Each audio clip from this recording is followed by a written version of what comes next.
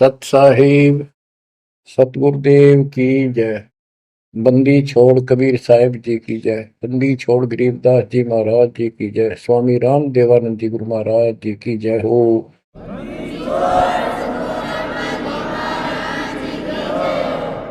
सर्व संतों की जय, सर्व भक्तों की जय, धर्मी पुरुषों की जय।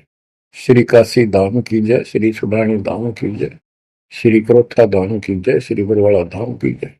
सत साहिब परम पिता परमात्मा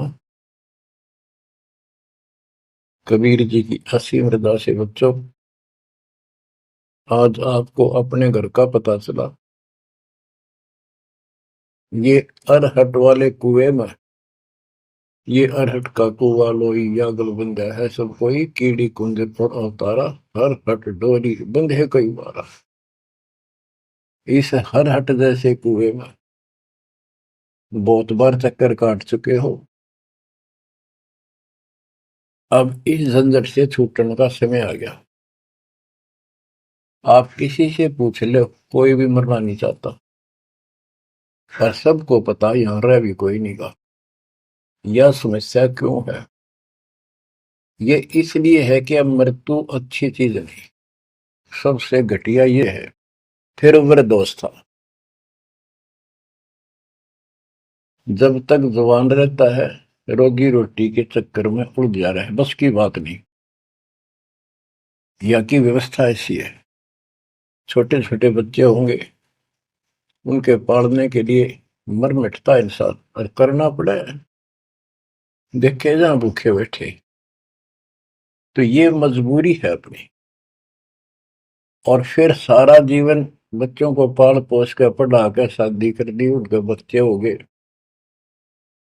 बच्चों, अपना कर्म के साथ जीव आप बैठे, बच्चे कितने अच्छे हों, कितनी अच्छी बहू आ जा पुत्रवधु, लेकिन कर्म में दुख है तो कोई न कोई इसी आंट चला देगा काल। वो चाह कभी आप उसकी मदद नहीं कर पाओगे, उसके कर्म ना करने दे।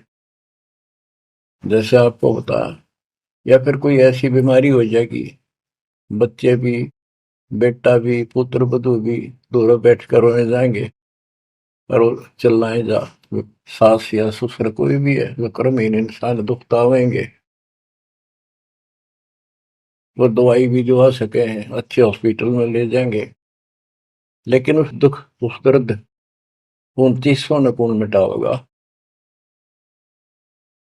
बच्चों, बहुत बार समझा लिया आपको, कभी आंख नहीं खुलने देता ये काल। केवल सतगुरु शरण में आने से इस काल का प्रभाव हट जाता है कुछ समय के लिए, और तब ये बातें अच्छी लगती हैं। ना कोई गाना, ना कोई बेंजू बजे, ना कोई अच्छा सुर निकाल ले जाते, केवल ये परमात्मा की अमर कथा सुनाई जाती है, उस दाता की बोली, उस कबीर परमात्मा की महिमा सुनाई जाती है। और धीरे धीरे जब पाप कम होते चले जाते हैं, यह इतनी अच्छी लगती है, बस गाने सुना करते बकवादी एक अन्य के लिए लगते इनके साथ। तो पाप कर्म जितने कटते चले जाएंगे, इतने ही ये आत्मा का आहार इसे अच्छा लगने लग जाएगा। ये बहुत सी घटनाएं सारे घट रही हैं, पर एक आधा सुनाने से सभी समझ में आ जाती है।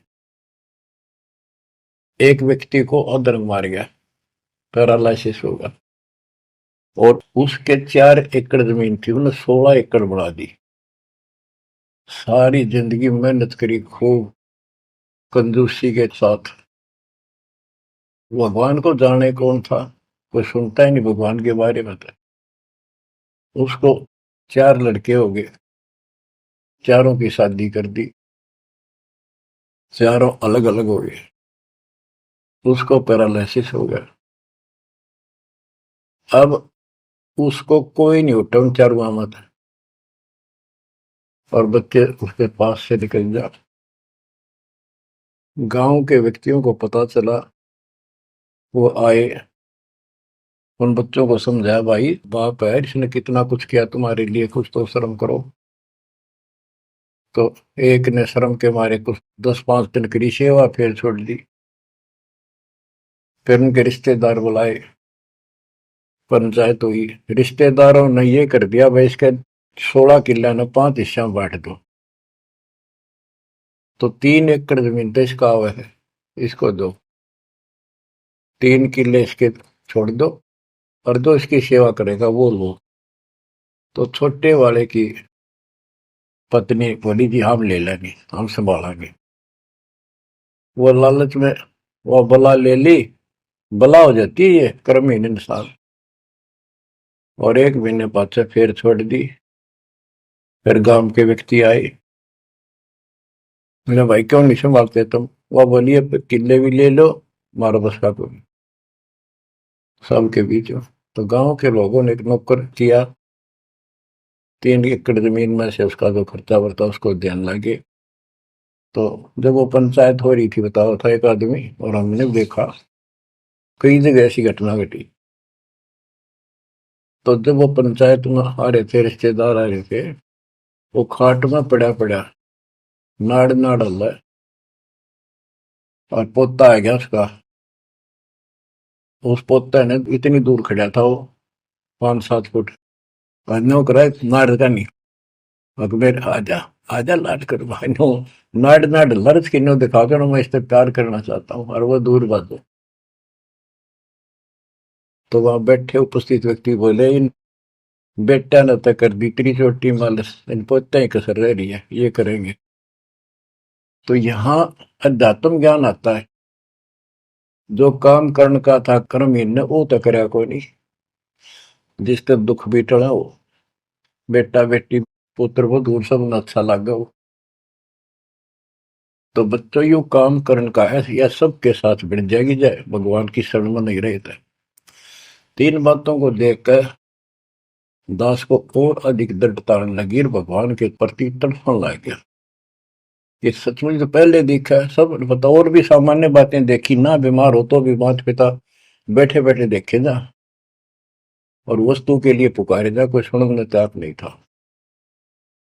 कबीर साहब कहते बूढ़ा होकर पड़े खाट में, सुने बचन खारे, कड़वी बात सुना करेगा, और कुत्ते ताउन का भी सुख को नहीं, ये छाती फूकड़ आ रही। पुत्र वधु कह के गई बूढ़ा बुढ़िया ने के ध्यान रखियो को कुत्ता बिल्ली ना बढ़ जाए अंदर। अब वो ध्यान रखे तुम्हें दिखे कुछ ना दिखे, और दोस्त आंख लागी, कुत्ता बढ़कर उसकी लस्सी दूसी गिरा गया। वो पानी लेकर आई तो उन्होंने कहा तारा इतना भी सुख कौन, तो कुत्ते ने रोक दो, छाती फूक दी तुमने मेरी। तो परमात्मा कह दे फिर ये एक वचन सुनोगे तुम, ये कथा सुनने को मिलेगी अमर कथा तुम्हारे को। जो काम करने का वो कर लो, भक्ति करो, और फिर देख घर में भी सुख, शरीर में भी सुख, और सारे बच्चे भी भक्ति मार्ग पर लग जाएंगे। बच्चे सत्संग में जाएंगे, उनके मन दया पैदा होगी, भगवान का डर होगा, उनको अपने कर्तव्य का ज्ञान होगा कि माता पिता की भी सेवा करनी चाहिए, इन में पाला पोसा है, दया बनती है अंदर इस ज्ञान से। तो बच्चों इस भक्ति इस सत्संग के बिना इंसान ऐसे जड़े डोका मर जाता है, और जब तक ये ज्ञान नहीं होता वो काम हमने सबसे उत्तम, और बस इतना ही ठीक है, वो अच्छा लग रहा था। तो यहाँ कबीर साहब कहते सतगुरु के उपदेश का सुनिया एक विचार, जय सतगुरु मिलते नहीं फिर जाते यम द्वार। वो दुख और आगे देखो, मृत्यु के बाद यम के दूत घसीट के ले जाएंगे धर्मराय के उस न्यायाधीश के दरबार में, फिर उनका फैसला होगा इसको नरक में डालो, इतने वर्ष, इतने दिन, इतनी घड़ी कैलकुलेटेड होते होंगे। यम के दूत उनको लेकर चलते तोड़ के तोड़ने क्यों, 1 लाख का हिसाब हो डेली, दे लट्ठा दे लट्ठा। वो नरक से वापस भाजे, उनका लठ मारे भाले ठोकर में, जबरदस्ती लात मार के ठोकर मार के नरक में गिरे। कहते नरक द्वार में दूत सफर करते क्या चातान, उन तक कबू ना छूटता करता चारों खाली। नरक भोग का फिर 4 खानी में भरमता, जुत्ते गदे शोर बनता, और कभी ना लगता पार, सो फेरा सब मिट गया मेरे सतगुरु के उपकार। बच्चों समझ लो इन बातों को, और देखो मालिक की दया। ये बातें कदे हमने दादे परदादा पर भी ना सुनी, माता पिता से नहीं सुनी। उसकी दया विधाता की। और आज ये अच्छी लगे और बात एक भी अच्छी नहीं लगती। वो तो बेतुकी बातें हैं। थोड़ी देर बातें करनी पड़ती है इधर उधर की, 2 मिनट बाद में सोचा ही या तो जा अपना परमात्मा ने याद करे। तो यह लगन अलग से लगेगी, इस सत्संग से लगेगी। और भक्ति सुमन दान करोगे या सेवा, ये सारे मिलकर आपको निर्मल करेंगे। आपको हर तरह से शक्ति आत्मा को मिलेगी। भोजन खाते हैं तो उसमें सभी प्रोटीन सब प्रकार के खाने होते हैं, तभी स्वस्थ शरीर रहता है। इस प्रकार हमने सेवा भी जिसी बने, सुमन भी, दान भी, ये करना पड़ेगा। और मर्यादा का निर्वाह परहेज भी रखने पड़ेंगे, तभी आत्मा स्वस्थ होगी, मोक्ष प्राप्ति योग्य होगी। बच्चों, धन है आपके माता पिता जिनसे जन्म हुआ। आपकी किस्मत को अगर व्याख्यान करने लगो, आपकी किस्मत का वर्णन करो, कोई शब्द नहीं दास के पास। इतनी अच्छी किस्मत लेकर जन्मे हो तुम। आपका मनुष्य जीवन इस समय, मनुष्य जीवन के बाद फिर आपको शरण मिल गई। गजब अजब बात तो यह है कि आपको शरण मिल गई। आप देखो, नाम लेने तो पहले आप किस स्थिति में थे, क्या करा करते, सारा दिन कोहरे डले डोला करते।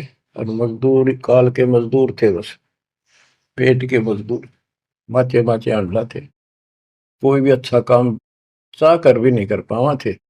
आत्मा भी अच्छी थी, था आपकी नर्म भी थे, दया थी, भाव था, सारा था, भगवान की चाह भी थी। पर ऊपरली सी थी, काम चलाऊ सा था। और नाम लेने से पहले जब आपने स्टार्ट किया इस मार्ग को, देख मन कितनी बगावत करे था। ये कैसे हो सकता है, ऐसे कैसे हो सकता है, हमने तो ये पूजा की, हमने ये देखा, ये सुना। तो काल ने परमात्मा से पहले कहा था कि तुम्हारा जो हंस जाओगा ज्ञान बताने के लिए, उससे पहले कहते देवी देव धाम तो दुआओ, तीर्थ व्रत और ये झूठे जब तब मन लाओ।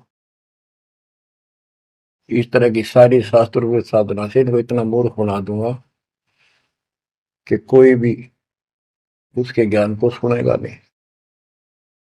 जाओ योग जीत संसारा, जीव न माने कहा तुम्हारा, जीव तुम्हारा कहा न माने, हमारी ओर हो बात बखाने।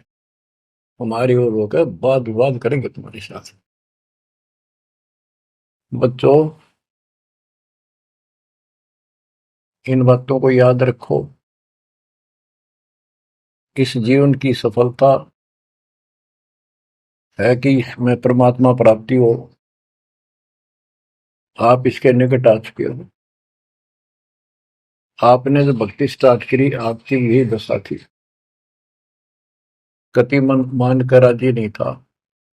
और उस दाता देखो अपने बच्चों को कैसे कैसे कैसे कोई न कोई भेज के अपना बान भाई रह रह कर कथा सुनाई। कभी अच्छी लगी, कभी ना लगी, धीरे धीरे पाप कटते गए, सुनते चले गए। कहते सो सब सिदर मैं करूं अपने जन के काज, हरनक से पूजो मार दो नरसिंह दर के साज। इब्राहिम सुल्तान के साथ कितने खाड़े कर दिए, कितना पीछे पड़ गया जाता अपने बच्चे को नरक से निकालने के लिए। यही दशा अपनी थी। उस दाता ने कोई न कोई कारण बना के अपने को राह दिखाया है। हरी बच्चों, समझो इस मार्ग को, क्योंकि ये कथा जो सारी सुनाई जाती है, ये आत्मा को सहारा देती है। ये आत्मा बहुत सतर्क हो जाती है, इन पर सब पर विचार करती है, तब इस मन को साइड कर देती है कि बस बहुत हो लिया। आप देखो क्या हाल है, कल न पशु बन जाओगे, और पहले बेरानी कितनी बार बन लिए। तो परमात्मा आपको बहुत लंबे समय से तैयार करते करते करते करते आ रहे, और आप भी लगे रहे। जैसे भी जितना दाव लगा जिस जन्म में आप करके, फिर काल का प्रभाव ज्यादा था, नहीं पार बसाई छूट गया मार्ग। जो गुरुद्रोही हो जाते हैं ना, वो सदा के लिए खत्म हो जाते हैं। वो तो अरबों खरबों वर्षों तक धक्के खाओगे। आप विमुख होते रहे, जैसे राबिया विमुख हुई। स्टार्ट वहां से नहीं था उसका, बहुत पीछे से था,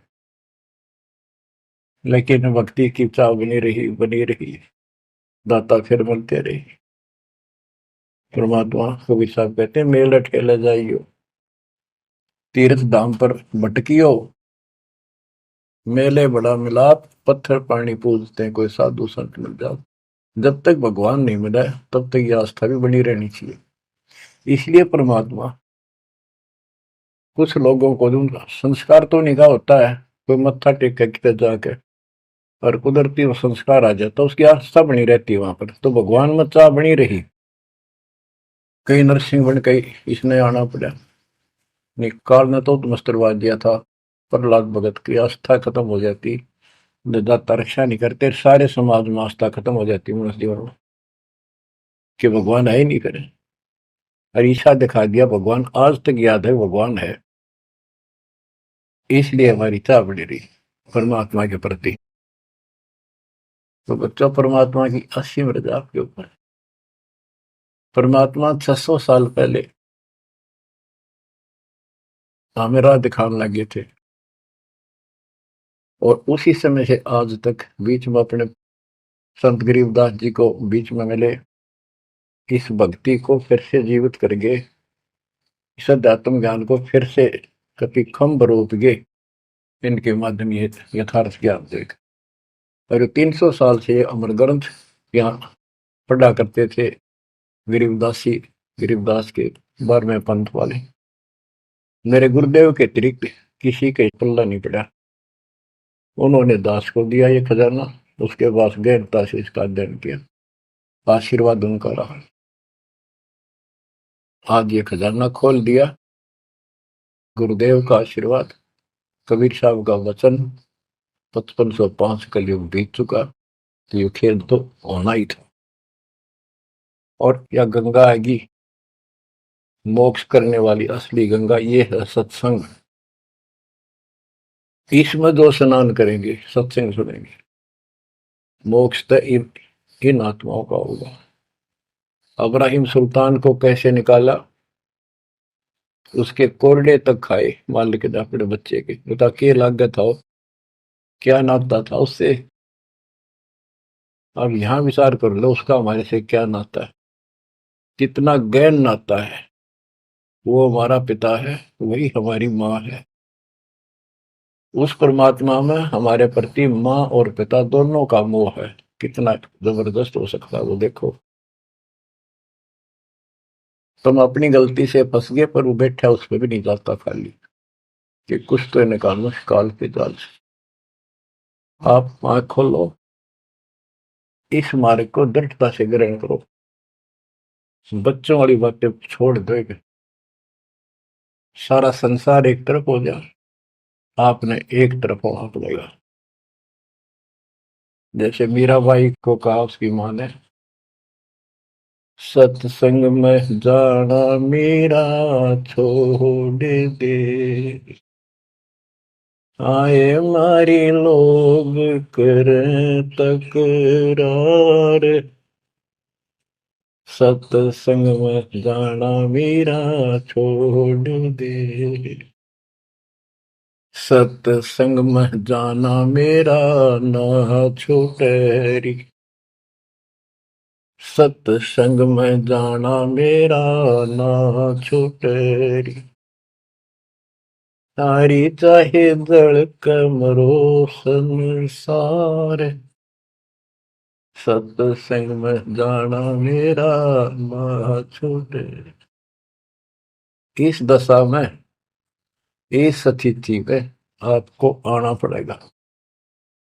ये संसार साथ नहीं जाएगा, ये संसारिक व्यवहार आपका कति काम नहीं आऊगा। ठीक है, बेशर्म होना भी नहीं, जितना हम समाज में सहयोग कर सकते उस तरफ में रहना पड़ेगा। प्यार दें सबको, नमस्कार करें, बड़े छोटे की कदर करें, अच्छा व्यवहार करें, हेल्प करें, लेकिन जहां अपने भक्ति में बाधा हो उस पर नमस्कार करें, हाथ जोड़ लें दूर से। बच्चों, गरीबदास जी ने बताया है, गोरख से ज्ञानी गणे और सुखदेव दती जिहान, सीता सी गो भारिया संत दूर स्थान। पुण्यात्मो,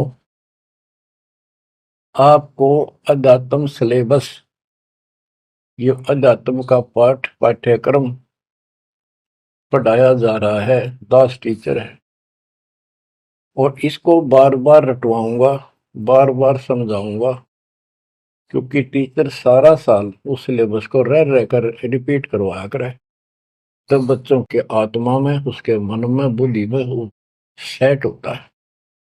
तो बच्चों, आपको ये सिलेबस दास बार बार रिपीट कराएगा और ध्यान से उत्सुकता से सुनते रहना।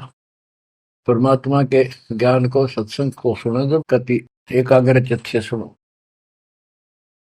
गरीब गोरख से ज्ञानी घने, सुख देव जति जिहान, सीता सी बहु भारिया संत दूर स्थान। अब आपको अमर ग्रंथ की अमर वाणी का कुछ अंश सुनाऊंगा। जैसे दास की बुद्धि काम करेगी, इसको सरल भी बनाऊंगा।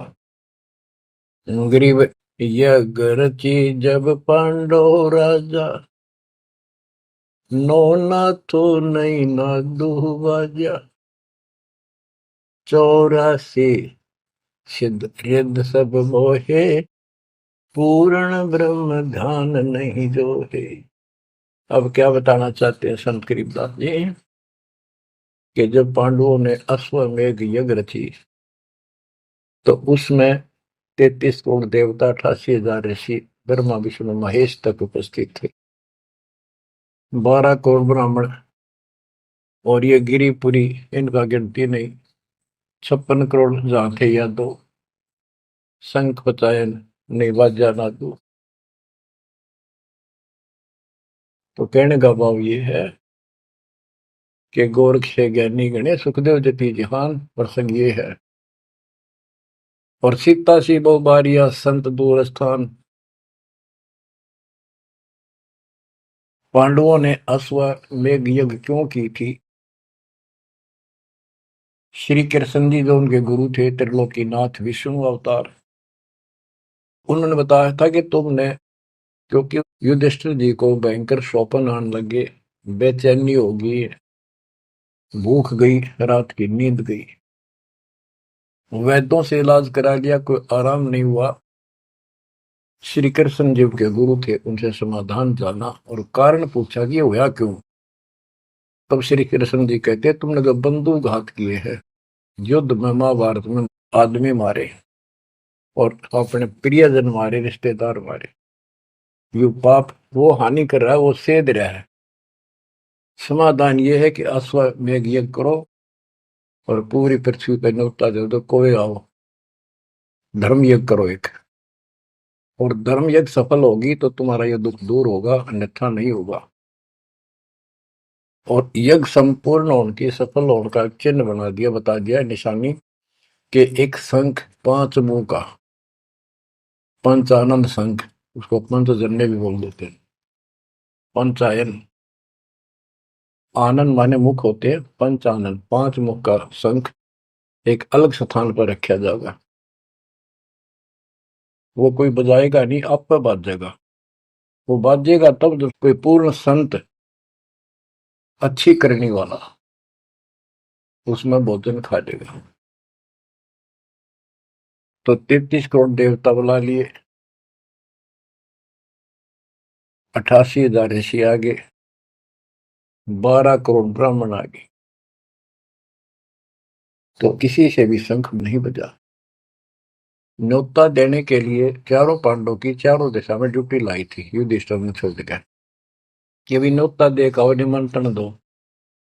भीम का निमंत्रण देने की जो दिशा थी, ड्यूटी थी जिस साइड में, उसमें सुदर्शन नाम के एक सुपच, जिसे आजकल शेड्यूल कास्ट कहते हैं, उसमें सुपच कहते थे, और वाल्मीकि जाति में थे वो। भीम वहां गया। भीम ने उनको निमंत्रण दिया कि भगत जी हमारे वहां आइयो, और मैं युधिष्ठिर राजा का भाई भीम हूं, और ऐसे ऐसे हमने एक अश्वमेध यज्ञ रची है, आप आमंत्रित हैं। तब सुदर्शन जी ने कहा, सुपथ ने, कि भीम तुमने तो इतना पाप कर रखा, कसाई भी फीका पड़ जाए। तुमने ऐसा जुल्म कर दिया, वो बहन आज तक रो रही है जो विधवा होगी सैनिकों की, उनके बच्चे टक्कर मार रहे हैं, माँ से पूछ रहे हैं पिताजी कब आएंगे छुट्टी। उनकी माँ एकांत में ज्यादा रो रही है, तुम बैठ के ठाठ कर रहे हो और तुम मौज कर रहे हो, तुम तो नरक में डाले जाओगे। मुझे बुलाना है, जो अश्वमेघ तुम करने जा रहे हो, ऐसी अश्वमेघ 100 का फल मुझे संकल्प करो, 100, तब मैं तुम्हारे जाके रोटी खाऊं, मैं कौन पड़े से नरक में। अब अहंकार था भीम को कि हमारी यज्ञ तो सफल होनी है, क्योंकि श्री कृष्ण जी रहे साथ। तो उस भगत को कहा कि तेने आना होता जी, फालतू ना बोले, कि तेरे बिना वह काम अड़ा है, हमारे कोई आंट नहीं लगती। तो सुदर्शन जी चुप हो गए, साकेत और सवान को उल्ट जवाब ना दे। जब उनका कति संपूर्ण नहीं हुआ, वो काम नहीं बना, 33 करोड़ यादव सारे आ लिए, सबने भोजन खा लिया। शंख नहीं बजा, जब एक दूसरे के मुंह को देखा है, वो उपस्थित ऋषि संत देवता ये बतला रहे हैं कि इनके पाप घने कर लिए इनने। हाँ, शंख बजेगा कहां से, अपने ऊपर ना लेते। अब जैसे ये माया के अंग का प्रसंग है, वाणी वो चल रही है कि इस देवी ने, इस माया ने काल के दबाव में यहाँ सबको भ्रमित कर रखा है, सत साधना करने नहीं देती, शास्त्र साधना में डरे डुबावे।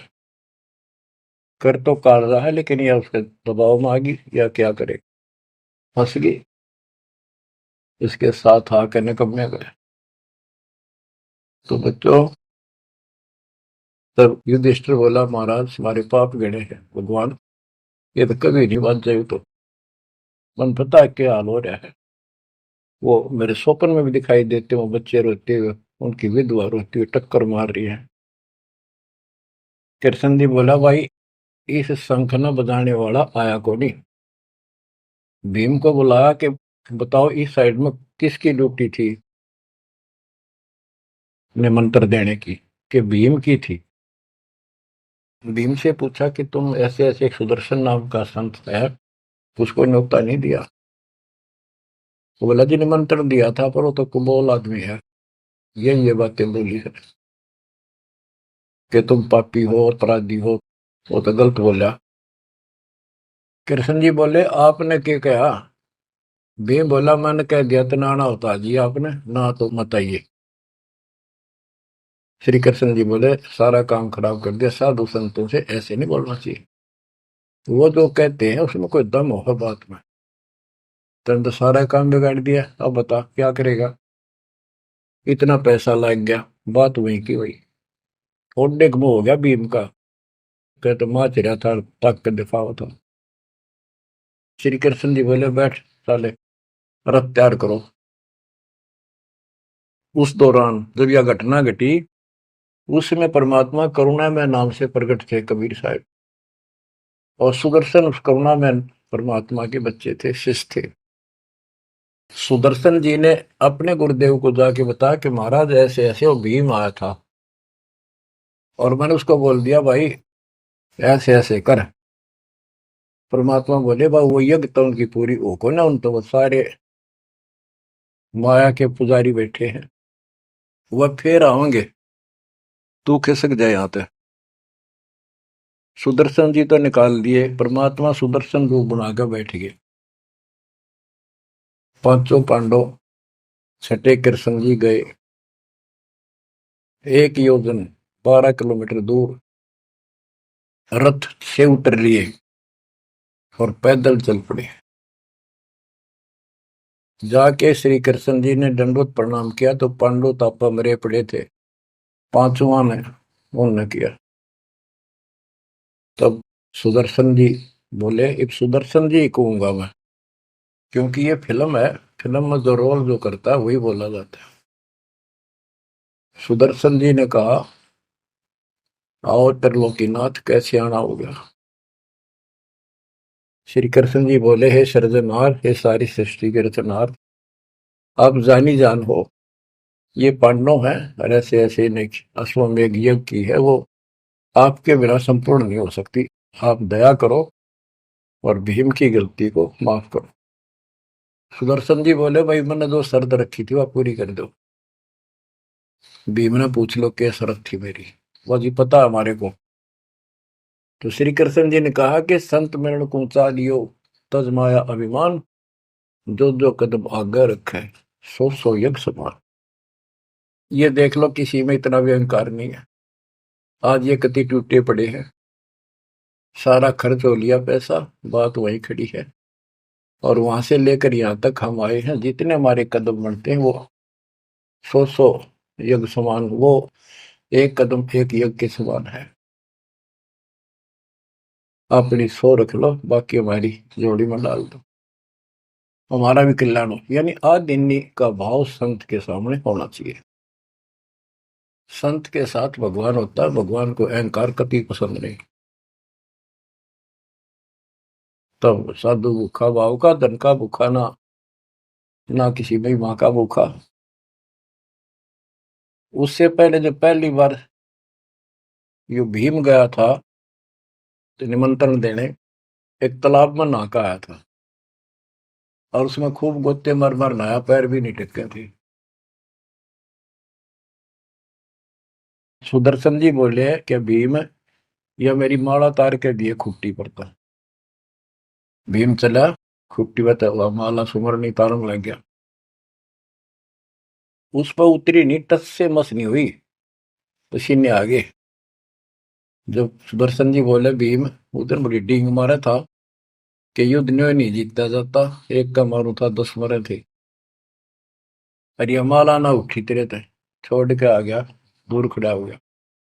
और कोई दिखाना भी जरूरी था कि कुछ है इसके पल्ले, ना तो उनके मन में फिर दूसरा देता। ऐसे हाथ किया परमात्मा ने, वाला अपने आप उठ के उनके हाथ में आ गई। धर्मदास या घना अंधेरा, बिन परचय जीव जम का चेहरा। अगर थोड़ा बहुत ना दिखाऊं अपनी शक्ति तो काल का बंधेरे मेरी तरफ आवे को नहीं। उस दिन तो बड़ी बात बोल रहा था भीम, और सुन ले, तेरे जैसे पहलवान बहुत होगा जाएंगे। जिसमें तू उस दिन स्नान करके आया था ना, वह खोपड़ी थी उस कुंभकर्ण की। खोपड़ी, ये सर का ऊपर ऊपर का कटोरा, जिसमें तेरे पाँव भी ना टेके, ऐसे ऐसे होकर जानिए बकवादी। भक्ति बिना बात नहीं बने बच्चों। तो जब परमात्मा यानी सुदर्शन जी रथ में बैठ कर उनके साथ वहां पहुंचे, द्रौपदी ने देखा कि कौन सा है संत, पता चला यू एक केला यू है होगा।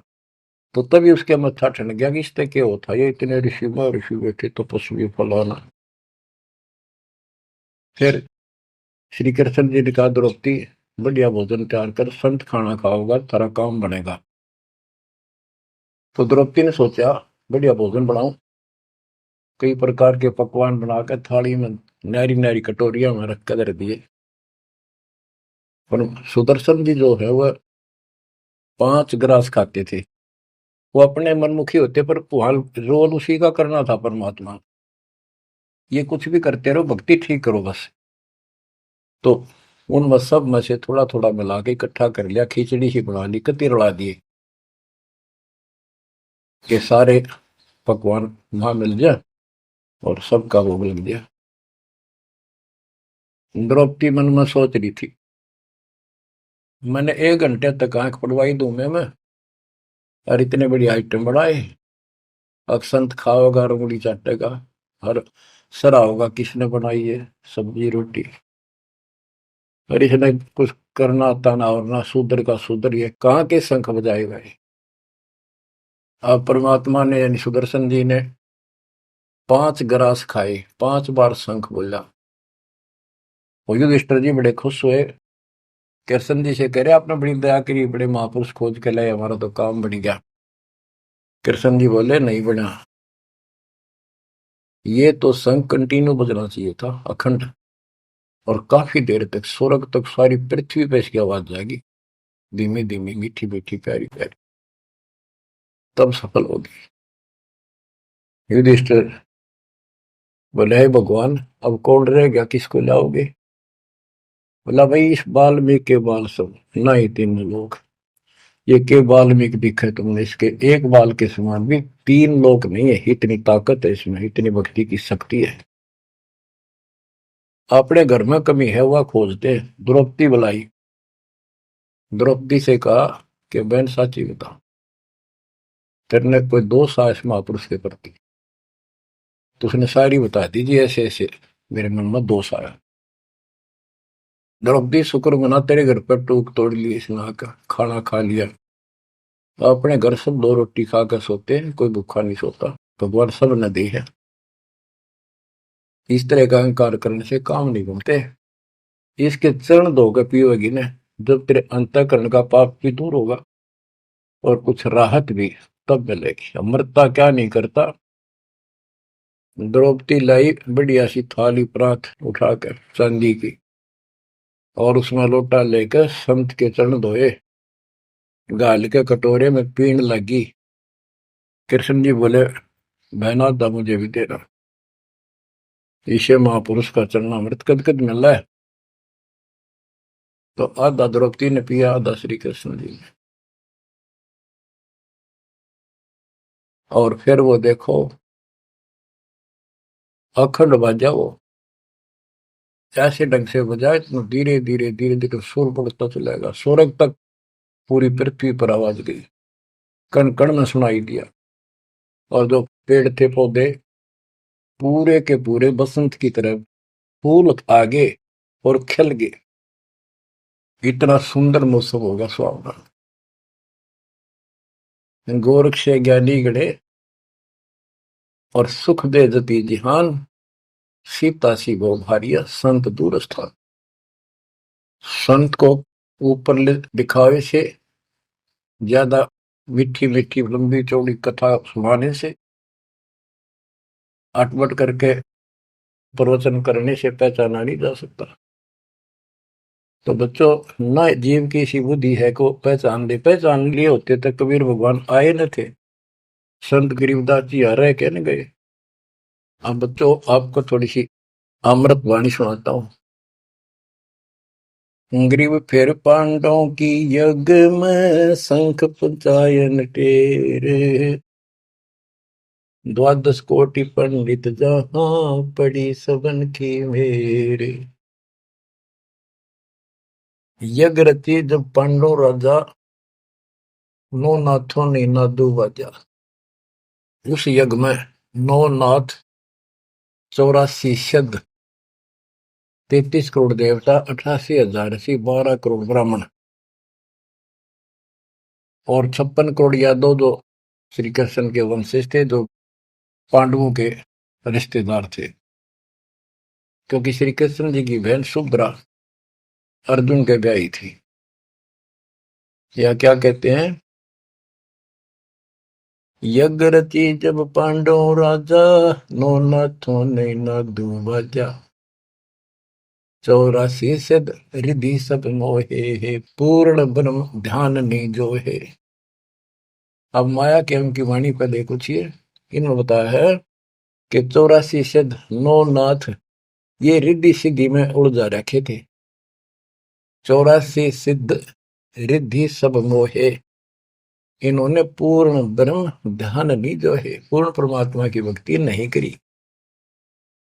कोटि 33 यज्ञ के माही, सुर नर मुनि जन गिनती नाही। 56 कोटि जहां थे यादो हो, जिनसे नाही बाजा नादू हो।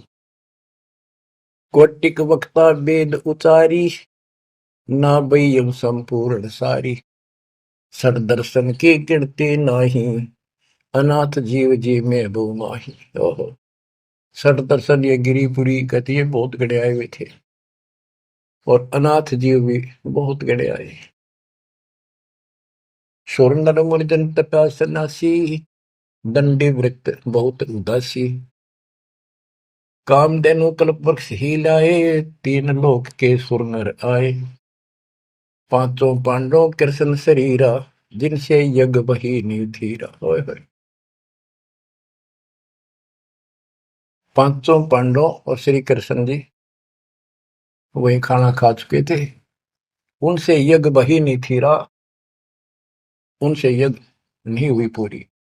एक बाल्मीक नीचे कुल साधु, जिन शंख पचायन पूरे नादु। और गनो माया के पूता, ब्रह्म जोगनी सब ही दूता। ओहो, कहते हैं एक बाल्मीक नीचे कुल साधु, जिन शंख पचायन पूरे नादु। ये और गनो माया के पूता, ये औरतें माया के भ्रमित है, माया सिद्धि प्राप्त करके लोगों को प्रदर्शन करना, ये भी माया जाल। या महिमा पागी न, इनमें खेल ले गए खिलौने से, या माया ये देवी ने उलझा रखे काल के दबाव। कहते हैं और गनो माया के पूता, ब्रह्म जोगिनी सब ही दूता। अब क्या बताते हैं, गिरि पांचों पांडव संग हैं, और छठे कृष्ण मुरार। चलिए हमारी यज्ञ में हे समर्थ सिरजनहार। अब श्री कृष्ण जी भी तो तीन लोक के मालिक हैं, पिछले संस्कारी हंस है। परमात्मा ने उनको सद्बुद्धि दी, उनकी दिव्य दृष्टि खोली कुछ समय के लिए, तो उनको भगवान दिखाई दे था। वो सुदर्शन उस दिन थे भी भगवान, पर उसको एहसास था, क्योंकि अध्यात्म मार्ग के अंदर अपने आप आत्मा अपने से शक्तिशाली के आगे नीचे हो जाती है, मुरझा जाती है। गिरि पांचों पांडव संग हैं, और छठे कृष्ण मुरारे। चलिए हमारी युग में समर्थ सृजनहार। गिरि पांडव यज्ञ अश्वमेघ में, सतगुरु किया पिया ने। पांचों पांडव संग चले, और छठा भगवान। गिरि पांडव यज्ञ अश्वमेध में, वाल्मीक की बे। शंख पचायन बजाइया, राख्या नहीं संदेह। गिरिव सुपच रूप धर आइया, सतगुरु पुरुष कबीर। तीन लोक की मेदनी, सुर नर मुनिजन भीड़। कहते हो सुपच का रूप धरकर स्वयं सतगुरु परमेश्वर कबीर जी आए, जहां पर तीन लोक की सेना बैठी थी मेदनी, या दुनिया भरी पड़ी थी। 33 करोड़ देवता, 88,000 शेरियो, 56 करोड़ यादव। 33 कोटि यज्ञ में आए, 688 सारे। 12 कोटि वेद के वक्ता, सुपच का शंख बजा रे।